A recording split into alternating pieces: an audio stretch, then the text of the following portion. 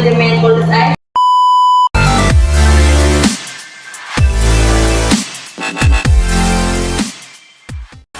Hai guys, kembali lagi bersama kami Visionary Indonesia. Perkenalkan, nama saya Cici dan teman yang di samping saya, nama saya Rani.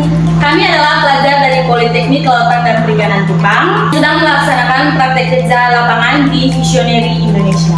Oke, sekarang kita akan mendengarkan sedikit informasi dari Kakak Rani, yang dimana Kakak Rani akan menjelaskan tentang kendala-kendala yang sering dihadapi dalam budidaya perikanan ikan lele. Oke, sekarang kita akan mendengarkan penjelasan apa sih yang sering dihadapi oleh Kak Rani. Terima kasih atas waktu dan kesempatan yang diberikan kepada saya. Nah, di sini saya akan sedikit berikan informasi tentang apa aja sih kendala yang sering dihadapi dalam budidaya ikan lele di tempat ini. Nah, kendala yang sering saya hadapi yaitu yang pertama, ikan lele sering mudah terkena penyakit ataupun jamur.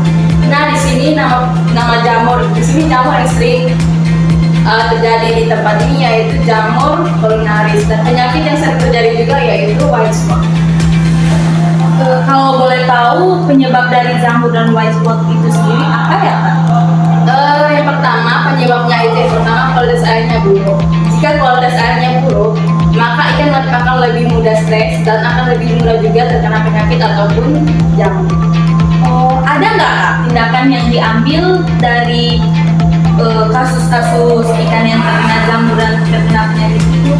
Nah, pentingnya kita belajar tentang manajemen kualitas air. Kak, selain kualitas air, ada lagi nggak masalah yang sering dihadapi? Ada dong.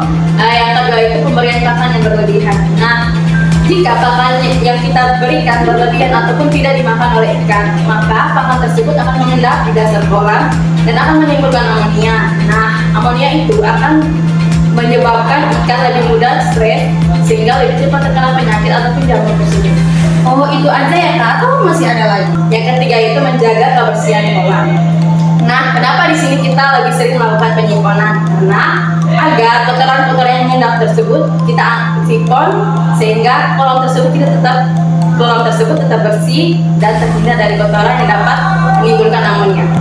Nah, gitu ya guys, susah juga jadi pembudidaya. Nah, ada nggak Kak cara mengatasinya? Cara mengatasinya ya, yang pertama itu lebih sering melakukan pergantian air. Oh, pergantian air. Ganti airnya semuanya atau setengahnya? Ganti airnya itu tergantung sih, dari yang sering itu 50%, tapi yang lebih bagus itu dari 30% sampai 50%. Kalau tergantung dari airnya sih. Nah, yang kedua pemberian garam.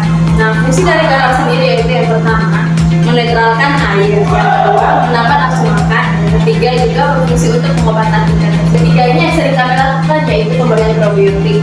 Nah, pemberian campuran dari probiotik itu sendiri yaitu pencampuran antara MT4 dengan Monosek. Nah, fungsi dari probiotik tersebut yaitu untuk mengobati ikan tersebut. Apalagi kalau kan ikan lebih sering terkena jamur ataupun penyakit, nah kami dapat menggunakan probiotik tersebut. Oke guys, jadi itu aja Kak. Masih ada dong. Ada lagi. Tahu nggak kalau pakan itu bisa menjadi salah satu kendala juga dong? Kenapa tuh alasannya?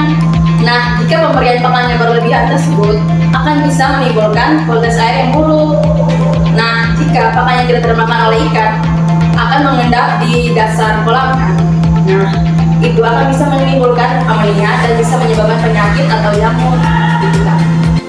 Oh, udah itu aja ya Kak? Bedanya. Oke guys, jadi itu aja ya kendala yang sering dihadapi oleh Kak Rani selama proses pembudidaya ikan lele.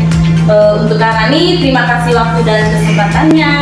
Oke guys, jangan lupa kembali lagi bersama kami Visionary Indonesia. Sebelumnya jangan lupa like, komen, dan subscribe. Bye bye.